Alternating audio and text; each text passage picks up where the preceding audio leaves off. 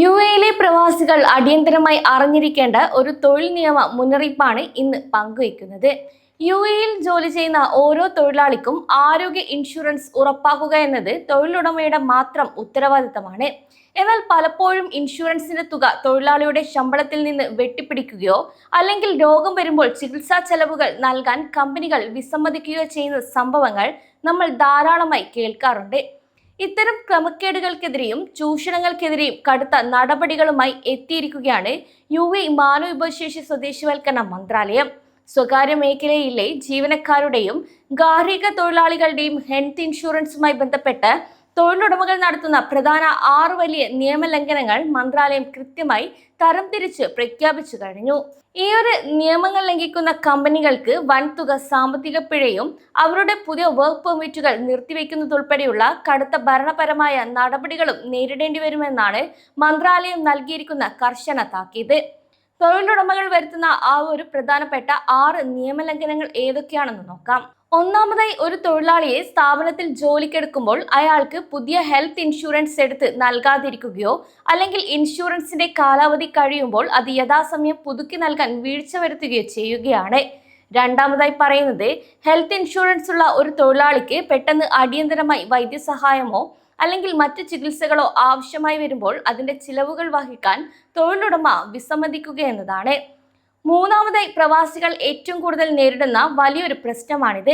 Insurance policy എടുക്കുന്നതിനോ അല്ലെങ്കിൽ അത് പുതുക്കുന്നതിനോ വേണ്ടി വരുന്ന തുക പൂർണ്ണമായോ ഭാഗികമായോ തൊഴിലാളിയുടെ ശമ്പളത്തിൽ നിന്ന് പിടിച്ചെടുക്കുകയോ തൊഴിലാളിയെ കൊണ്ട് നിർബന്ധിച്ച് അടപ്പിക്കുകയോ ചെയ്യുക.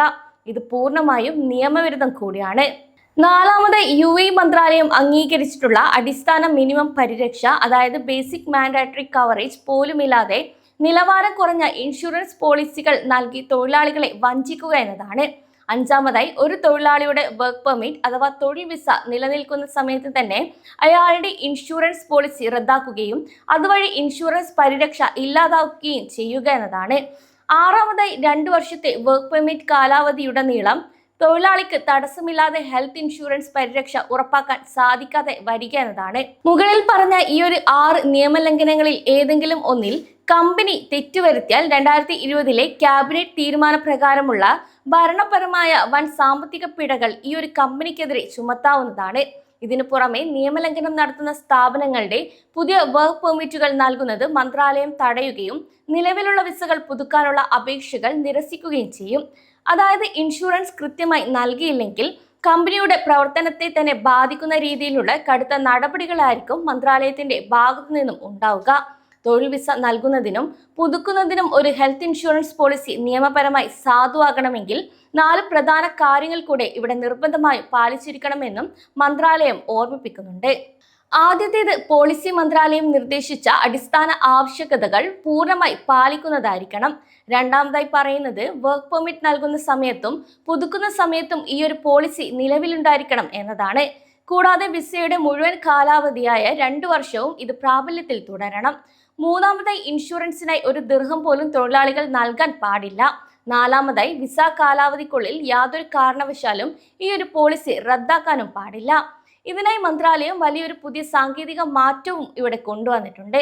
2026 മിനിസ്റ്റീരിയൽ റെസല്യൂഷൻ 504 അനുസരിച്ച് വർക്ക് പെർമിറ്റ് സർവീസുകളുമായി ഹെൽത്ത് ഇൻഷുറൻസ് സിസ്റ്റം ഡിജിറ്റലായി നേരിട്ട് ബന്ധിപ്പിച്ചിരിക്കുകയാണ്. അതായത് ഒരു തൊഴിലാളിക്ക് വിസ ലഭിക്കണമെങ്കിലോ വിസ പുതുക്കണമെങ്കിലോ അയാൾക്ക് നിലവിൽ സാധുവായ ഹെൽത്ത് ഇൻഷുറൻസ് ഉണ്ടോ എന്ന് സിസ്റ്റം സ്വയം പരിശോധിക്കും. ഇൻഷുറൻസ് ഇല്ലെങ്കിൽ വർക്ക് പെർമിറ്റ് ആപ്ലിക്കേഷൻ പ്രോസസ് ചെയ്യാൻ സാധിക്കില്ല. യുഎയിലെ സ്വകാര്യ മേഖലയിലെ ജീവനക്കാർക്കും ഗാർഹിക തൊഴിലാളികൾക്കും വേണ്ടി വർഷത്തിൽ വെറും 320 ദിർഹം നിരക്കിൽ ലഭ്യമാകുന്ന ഇൻഷുറൻസ് പദ്ധതി മന്ത്രാലയം നിലവിൽ നൽകുന്നുണ്ട്. 64 വയസ്സ് വരെയുള്ള തൊഴിലാളികൾക്ക് കുറഞ്ഞ ചെലവിൽ മികച്ച മെഡിക്കൽ സേവനം ഉറപ്പാക്കാനും ഇതിലൂടെ സാധിക്കുന്നു. അതോടൊപ്പം നിലവിലെ ഹെൽത്ത് ഇൻഷുറൻസ് പദ്ധതി കൂടുതൽ മെച്ചപ്പെടുത്തുന്നതിനായി സ്വകാര്യ മേഖലയിലെ ജീവനക്കാരിൽ നിന്നും തൊഴിലുടമകളിൽ നിന്നും പ്രതികരണങ്ങളും അഭിപ്രായങ്ങളും ശേഖരിക്കുന്നതിനായി മന്ത്രാലയം ഒരു പൊതു സർവേയും നടത്തുന്നുണ്ട്. വരുന്ന സെപ്റ്റംബർ 1 വരെ മന്ത്രാലയത്തിന്റെ ഔദ്യോഗിക വെബ്സൈറ്റ് വഴി പൊതുജനങ്ങൾക്ക് ഈ ഒരു സർവേയിൽ പങ്കെടുക്കാവുന്നതാണ്. ഇൻഷുറൻസ് ചെലവ്, കവറേജ് ലഭിക്കുന്ന ആശുപത്രികളുടെ ശൃംഖല, അപ്രൂവലുകൾ ലഭിക്കാനുള്ള വേഗത എന്നിവയെക്കുറിച്ചുള്ള നിങ്ങളുടെ അഭിപ്രായങ്ങളും സർവേയിലൂടെ അറിയിക്കാൻ സാധിക്കും.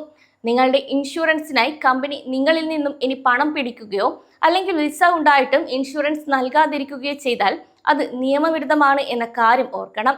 കൂടാതെ ഇത്തരം സന്ദർഭങ്ങളിൽ മന്ത്രാലയത്തിന്റെ ഔദ്യോഗിക കോൾ സെന്റർ വഴിയോ ആപ്പ് വഴിയോ നിങ്ങൾക്ക് പരാതികളും നൽകാവുന്നതാണ്.